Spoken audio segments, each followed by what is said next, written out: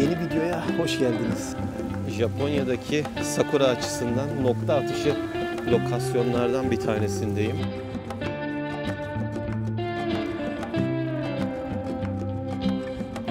Tam böyle bunlar Nuri Bilge Ceylan aşıları canımın içi. Nasıl bir memleket abi?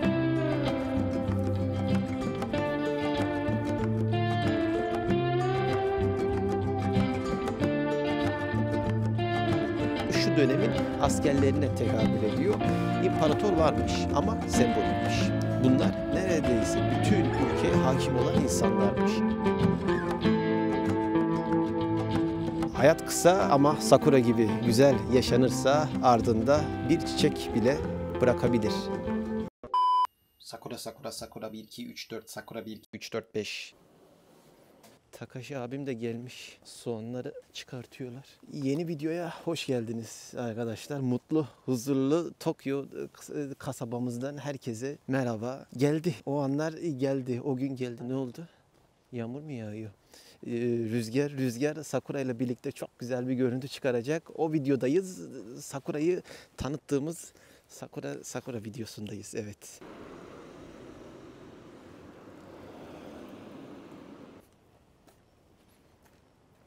Bir çıktık yağmur yağıyor arkadaş. Nasıl bir düz tabanlıktır bu ya?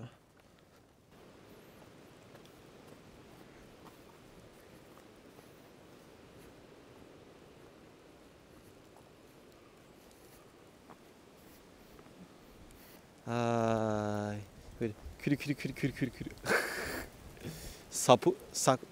Sabuha diyecektim. Yemin ediyorum aklım Kemal Sunal'a gitti bir anda ya. Sakura Fubuki. Şu gördüğünüz görüntü uçan yapraklar Sabuha Sakura Fubuki. Kar fırtınası anlamına geliyor. Benim Japonya'da tabii ağaçta da güzel gözüküyor da en sevdiğim görüntülerden. Çünkü düşerken böyle tık böyle yavaş yavaş düşüyor. Şimdi şu anda mezarlıktayız. Onu önce başta söyleyeyim de böyle ekstra hareketler yapmak istiyorum, koşmak istiyorum da saygıdan dolayı dikkat etmemiz lazım. Japonya'daki en güzel sakuralar mezarlıklardadır arkadaşlar. Bunların önemli bir sebebi vardır. Japonlar ölümle ilişkilendiriyor sakuraların olayını açıkçası. Ölümle yaşam arasındaki o ince çizgiyi açıklamak adına güzel bir videonun başlangıcındayız. Çünkü insanların ölümden sonraki yaşamda da sakuraların altında böyle huzurlu bir şekilde hayatlarını sürdürebileceklerine inanıyorlarmış. Güzel bir düşünce. Tokyo'daki en güzel yerdeyiz. Mezardayız ama burası biraz merkezden uzak. Japonya'daki en büyük mezarlıklardan ve insan yok. Sakuralarda genelde kalabalık oluyor. Her yer turistik bir yer haline gelmiş. Oralarda artık zevk almamaya başladım. Tabii ki de insanların içine gireceksiniz, fotoğraf çekeceksiniz ama benim için, Japonya'da yaşayan biri için buralarda bu kültürün içerisinde olmak, o gerçek ruhu hissetmek, neyse artık o. Benim için biraz o önemli. Gel bakayım canımın içi. Ana İngiliz bu abi ya. İngiliz abi. Etrafta İngiliz gördüm mü Russell'a benzetiyorum. Japonya böyle daha güzel de. Bak ne güzel uçuyorlar. Fubikileri çek canımın içi. Mieru.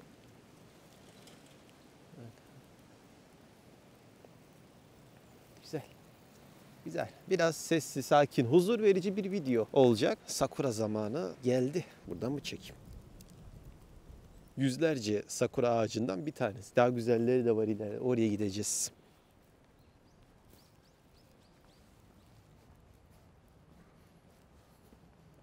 İnanılmaz bir görüntü değil mi? İnsanın konuşası gelmiyor. Sadece böyle yürüyeceksin. Buralarda yürüyeceksin. Bir haftaya kalmadan buralar şekil değiştirecek. Bunların ömrü kısa. Maalesef. Sakura'da Tonnero. Tonnero. Sakura tüneli. Baksana yeşillendirmiş ufak. Diğer yapraklardan farkı şöyle 5 çiçekli olması. Kiraz çiçeğinin bu eriklerden farkı. Erikler zaten daha erken açıyor. Şubat, Mart gibi açıyor. Bunların olayı biraz Mart'ın sonu. Aha şurada bir dua edenler var. Dur bir saniye. Yani Japonya'daki sakura açısından nokta atışı lokasyonlardan bir tanesindeyim. Burayı söylemeyeceğim. Burası da bana kalsın artık. Benim favori yerim tam şu solda, favori ağacım.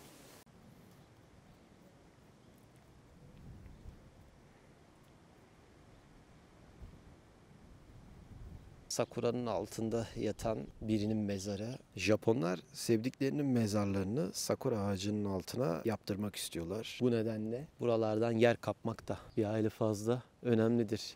Kolay değildir. Özellikle alanın kıymetli olduğu bir ülkede bu denli bir görüntü yaratmak da kolay değildir. Ve gideyim mi biraz uzağa? Şuradan biraz uzağa gideyim anlat. Yani şu ağacın altındaki mezarlık minimum 3-5 milyon yen arasındadır. Öyle söyleyeyim. 20-30 bin dolarlık bir yer olabilir. Alanın genişliğine bakarsam 40-50'ye kadar gidebilir. 40-50 bin dolara kadar buradaki.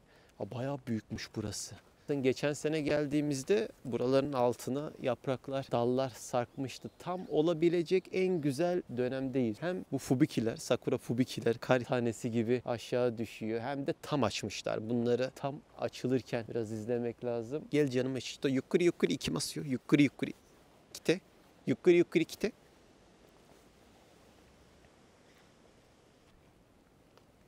Biraz yukarıyı çek. Yukarıdan gel.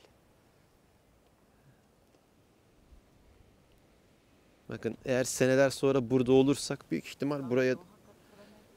Tamam Torimasen yok. Buraya da birini gömecekler yakında. Gömecek dediğim yakılıyor koyuluyor da bakın şurada. Tam şu hizada ağaç büyüyecek. Canımın içi nasıl Japonsun sen? Hiç fotoğraf çekmiyor. Şaşın Torimasen anata. Çünkü mezarettayız. Allah'ım yarabbim.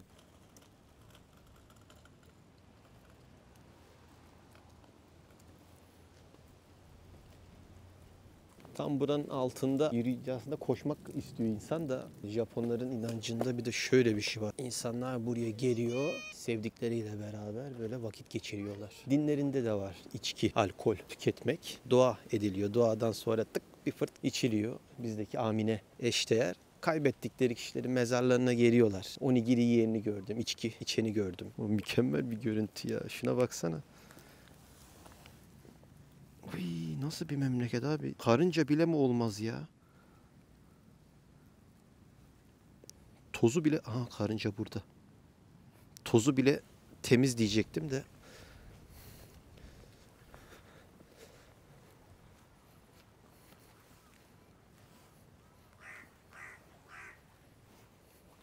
Ana biri eldivenini düşürmüş.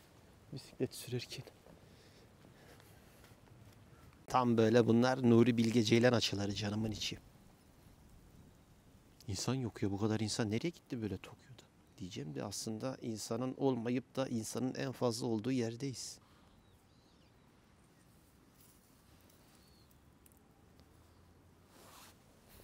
Ağlayan sakura ağacı diyorlar böyle dalları aşağı doğru bakanlara. Bu da onlardan bir tanesi.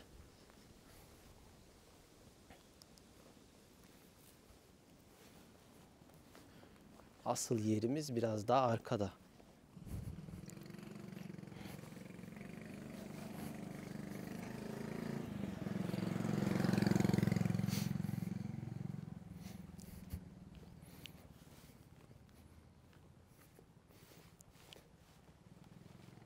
Tam şu Mannaka'da gidelim. Mannaka'da. Kuruma abına yiyor. Bak. En sevdiğim görüntü ya. Abi yaprak yere düşüyor. Bakar mısınız? Tertemiz. Tertemiz ya. Araba geçiyor. Arabada da ses yok. Ben öve bitiremeyeceğim ya. Hibrit mi bu? Şimdi yaza da ufak girmemizle beraber her yerden böyle itfaiye, ambulans, polis, siren sesleri duymaya başlayacağız. Yangınlar biraz çoğalıyor Japonya'da. Sakura'nın tarihini anlatayım ben. Sakura diyoruz da nasıl gelmiş, nereden gelmiş, niçin gelmiş, nasıl bu kadar popüler olmuş Japonya'da aslında derin bir anlamı var. Aşağıdan bir sürü arka taraftan siren sesleri geliyor, kulağım onlara gidiyor. İlk Sakura'nın Japonya'ya gelmesi aslında Çin tarafından. Çin, Kore Yarımadası. Daha sonra buraya geldiğine inanıyorlar. Tarihi kayıtlarda geçen bilgiler Cem kanalında boş şey yok. Japonya'nın baharı sadece doğayı değil, ölümü de güzelleştiriyor. Bu gördüğünüz yer bir mezarlık. Ama burada ölüm değil, sakura çiçeklerinin hayatı konuşuluyor. Sakura çiçekleri Japonlar için sadece bir bahar simgesi değil, aynı zamanda Hayatın geçiciliği, ölümün huzuru ve yeniden doğuşun habercisi. Bu yüzden Japonya'nın en güzel sakura ağaçları mezarlıklarda bulunuyor. Şimdi sizi bu büyüleyici dünyanın içine götüreceğim. Ölümle güzelliğin yan yana durduğu bir Japon baharına. Bir şair olan Saigyo Hoshi abimizin de dediği gibi ölürsem bir gün sakura ağacının altında olsun mezarım. Bahar rüzgarıyla huzura gideyim demiş. Canımın içi nasıl hoşuna gittiyse yarım saattir kamerayı böyle tutuyor. Rahatlatıcı bir görüntüsü var ama sadece görüntüde de kalmasın. Biraz bilelim neden gelmiş, niçin gelmiş, nasıl gelmiş. Kayıtlara göre bir Yamato dönemi varmış.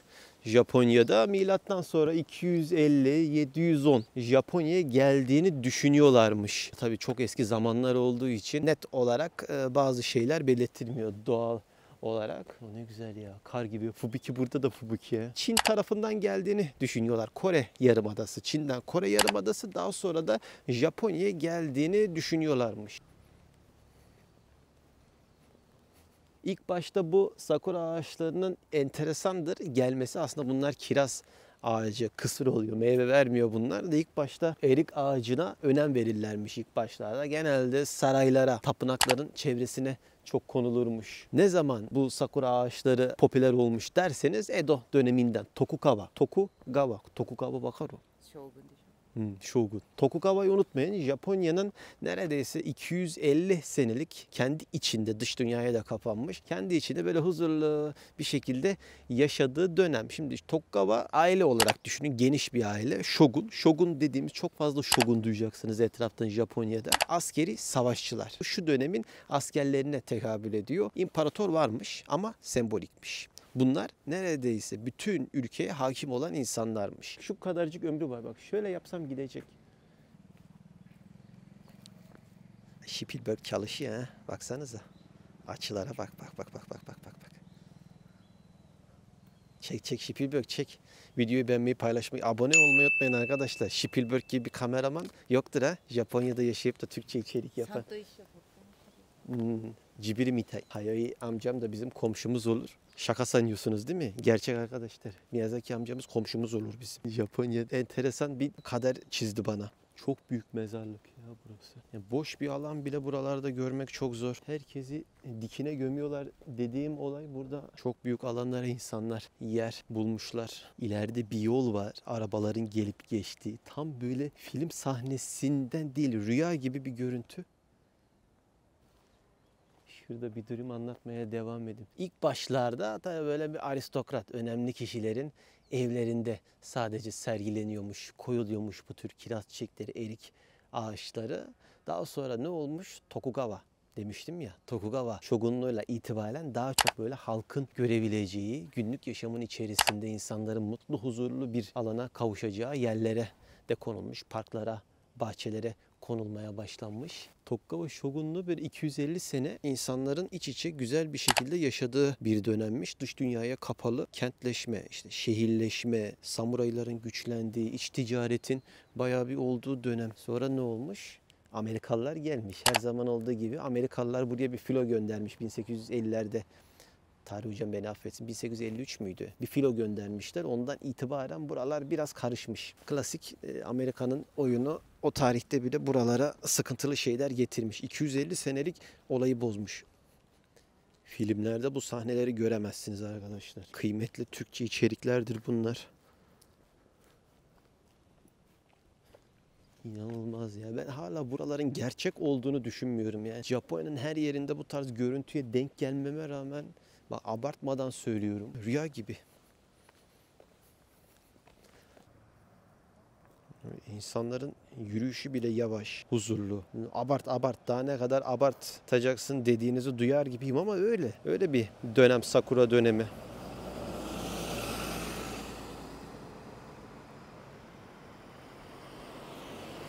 Yollarında ortada yürümek çok zevklidir arkadaşlar. Gel canım hiç ortadan gidelim. Kite.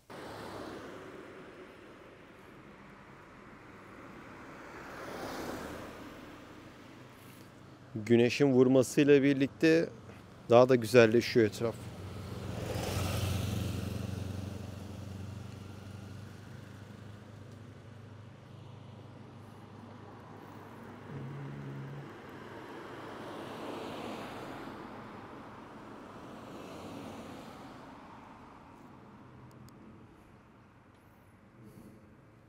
Gelip geçen araçları bile izlemek gerçekten insanı rahatlatıyor. Japonya'da bir hanami dediğimiz çiçek izleme, insanlar böyle ağaçların altına oturuyor. Kiraz çiçeklerinin ağaçlarının altına oturuyorlar.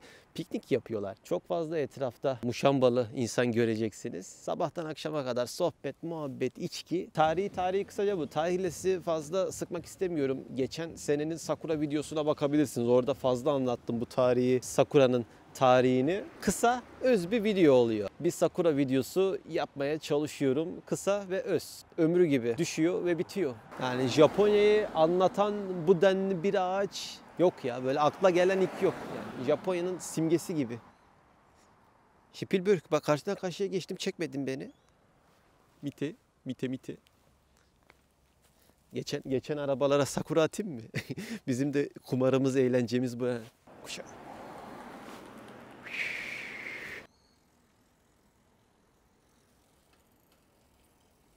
Son bir şey daha söyleyeyim. Sakuraların neden horulduğu ince bir nokta. Tokugawa Shogunluğu bu ağaçları parklara, bahçelere, insanların yaşam alanlarına koyduğunda öyle hadi siz eğlenin, keyfinize bakın demiş. Ama ince bir nokta var orada. İç savaş çıkmasın. İnsanlar huzurlu, mutlu yaşasın. Böylelikle kendi içinde bir döngü yaratsın. Amaç o. Onu amaçlamış. Aslında o yüzden 250 sene neredeyse barış içerisinde Japonya'nın tarihinde yaşadığı en uzun dönemdir. Bu da önemli bir nokta. Buna Sakura elimi kesti. Sakura alacağın olsun.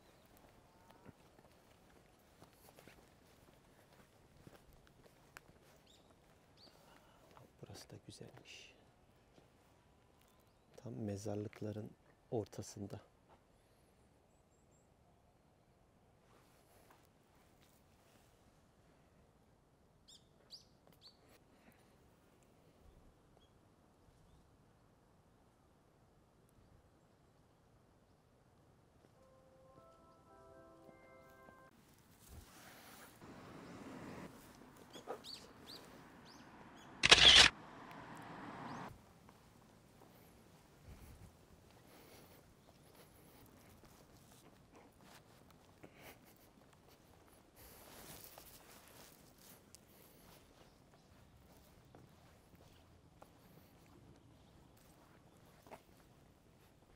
Konu figür.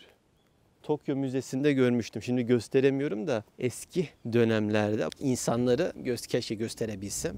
İlginç, nadir gördüğüm mezarlıklardaki görüntüler insanların ruhlarının buradan uzağa gitmesini engellemek için yanlarına figür koyarlarmış. Bu kilden yapılma figürler koyarlarmış. Bunlar insan, hayvan, canlı cansız bir şey olabilirmiş. Arkada öyle bir 3 tane figür vardı kilden yapılma. Tokyo'daki Ulusal Müze'ye gidin. Tavsiye ederim. Orada da göreceksiniz. Eskiden insanları böyle yakmıyorlarmış. Direkt koyuyorlarmış. Eskiden dediğim buradan milattan bilmem milattan sonra mı önce mi? Çok eski. Çok eski. Arkeolojik kazılarda çıkan görüntüler. İlginç. Japonlarda bu denli ufak inançlar. Biraz aslında böyle bir batıl inanç var. Hep söylüyorum. Japonlar dindar değil, batıl inancı çok fazla olan insanlar olduğu için böyle görüntülere denk gelebiliyoruz. Bak şu görüntü inanılmaz canımın içi. Geçen yılan görmüştüm. Yılan. Sakura ağacında gidiyordu. O yüzden çok ellememeye çalışacağım.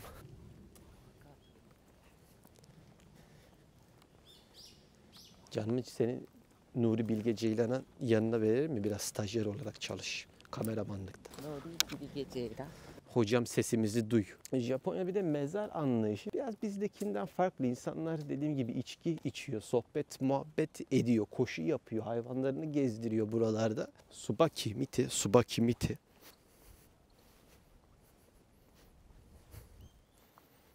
Ama hiç bozulmamış ya. Kimse ne basmış, ne ellemiş, ne bir şey yapmış.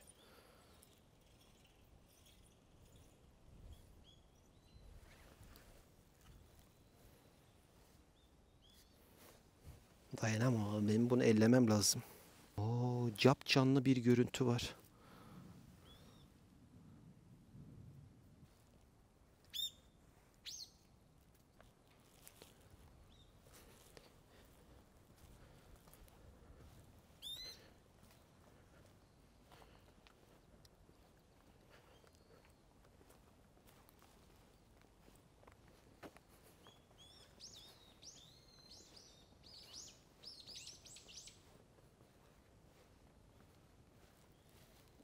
için ChatGPT'ye fotoğrafınızı koyuyorsunuz ve yazıyorsunuz. Bu fotoğrafı Stüdyo Ghibli tarzında yapmak istiyorum diyorsunuz. Hemen size o fotoğrafı böyle çizgi film hemen yapıyor. Hemen yapıyor. İnanılmaz bir teknoloji oldu. Canımın içi ne yapıyorsun? Spielberg. Eşimin bir fotoğrafını çektim. Nasıl bir şey çıkardı ya?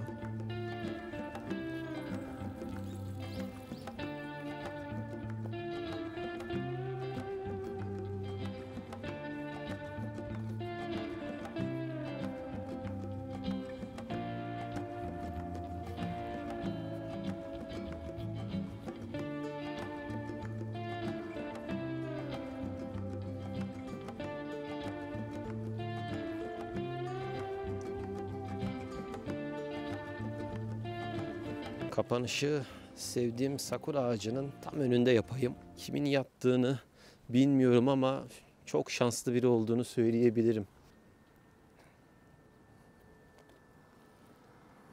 Çok güzel sakura. Sakura 何ですか? Torukugo de. Sakura yok. Çok güzel sakura. Hay.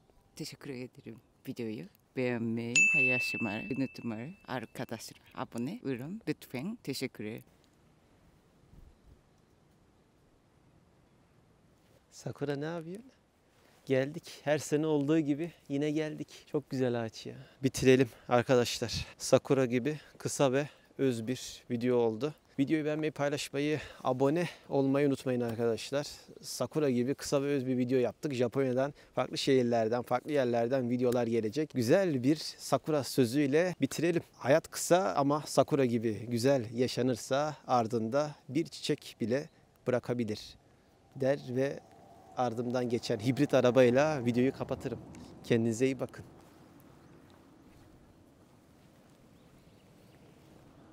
Canımın içi videoyu kapattıktan sonra bir mezarın başına gitti. Bizim oraların tabiriyle bir Fatiha okudu. Bu denli güzel sakura ağacını bize verdiğin için hem ağaca dua etti hem de altında yatan kişiye ayrı dua etti. Güzel düşünceli bir insan canımın içi. Dünyanın öbür ucunda birbirimizi bulduğumuz için ona da teşekkür ediyorum. Görüşmek üzere.